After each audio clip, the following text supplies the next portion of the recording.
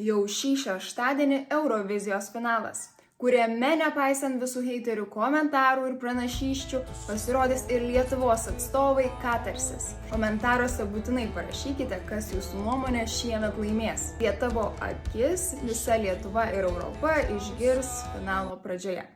Lietuvai pasirodys 5-ieji, bei taip pat šiame finale dalyvaus visos Baltijos šalys. Italų kultūrą pašiepiantis Estas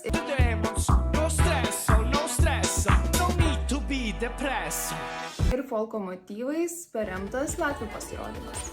Pergalė yra pranašaujama švedų, austrų arba prancūzų atstovams. Bet kaip žinome, ypač po pusfinalio, kad tos pranašystės nelabai kada išsipildo, taigi bus įdomu stebėti, kas iš tikrųjų laimės.